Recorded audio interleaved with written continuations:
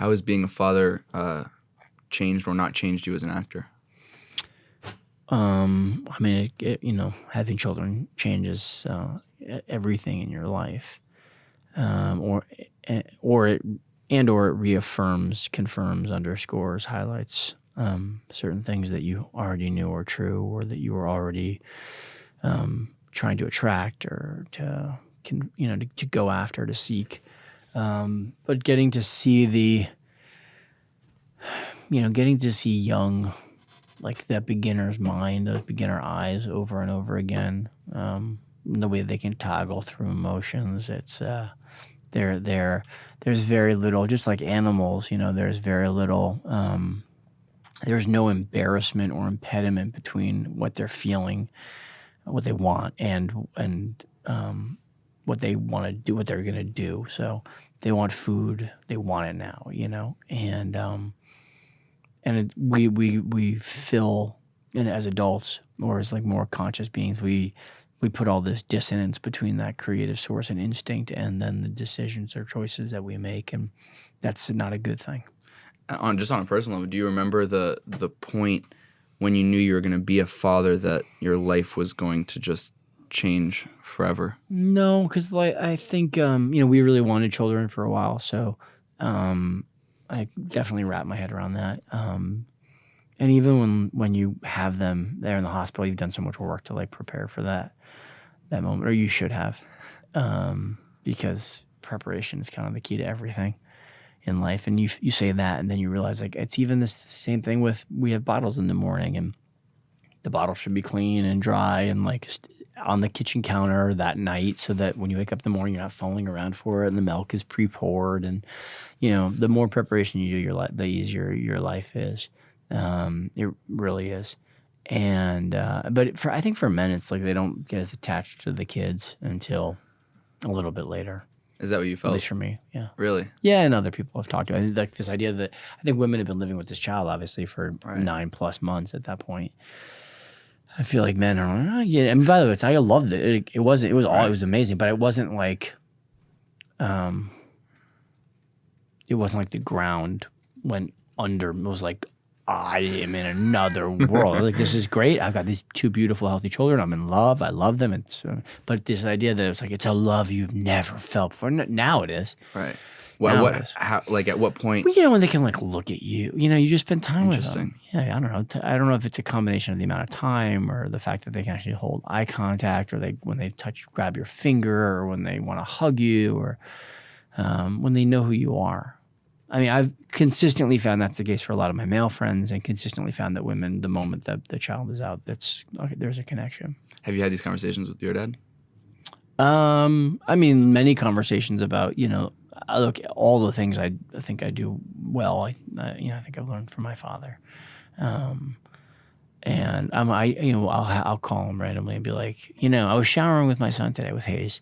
I was like, in his head, it's like right there at my butt, and we're just showering together. We're just having like, two little, like a bear and a bear cup, just showering away. And I was like, I remember showering with you, Papa. Remember my head was right there on the, right there, the top of your ass.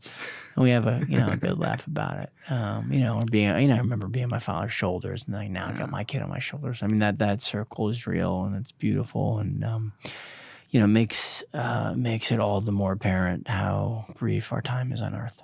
Do you see your dad's parenting in your parenting? Yeah, very much so. How so?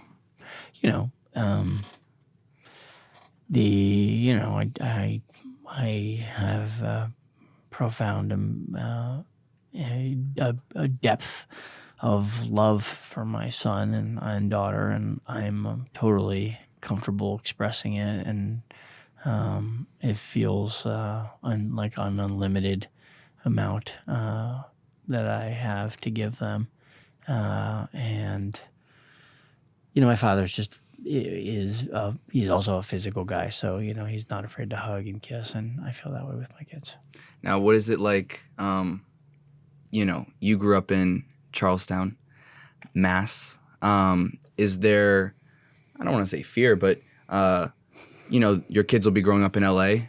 Are there differences that you hope to I guess, reconcile from your childhood to theirs and how they're going to be, growing up as opposed to how you did? Yeah, I mean, look, I grew up like in a working class Irish, Catholic community, where my house was a rooming house till I was like 12. I saw my father do a lot of the work on our house. And I don't live in a working class community anymore. I think LA is it really is in many ways a working class town. I mean, it's a weird thing to say, but we have an economically diverse group of friends and people that we interact with. But that disappoints me in some respects. Not disappoints me. I hope that the values that I learned from growing up in a blue-collar community will be a part of their life. And I do my very best to try to make sure they recognize, both the privileges that they are afforded and also, how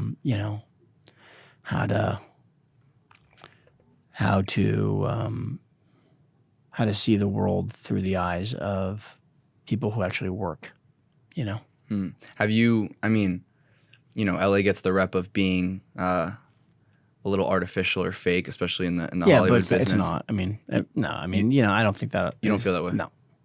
I think the world is artificial and fake in lots of places. But I mean, LA is one of the most dynamic, culturally interesting cities in the world because of the mixture of economies and economics and colors and languages and food. I mean, this is a very, very interesting city, but you do have to go out and see it. I mean, you got to dive out there. You got to dive in it. It's not going to be as in your face as it's going to be in a place like New York. How do you think growing up in Charlestown kind of molded you into the person you are and the actor you are? Well, I went to school out in the suburbs, so I kind of got to scale both worlds.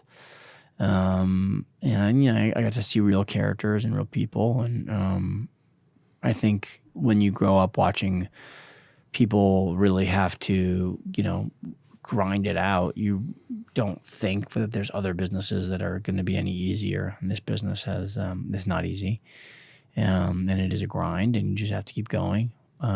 So, yeah, I think there's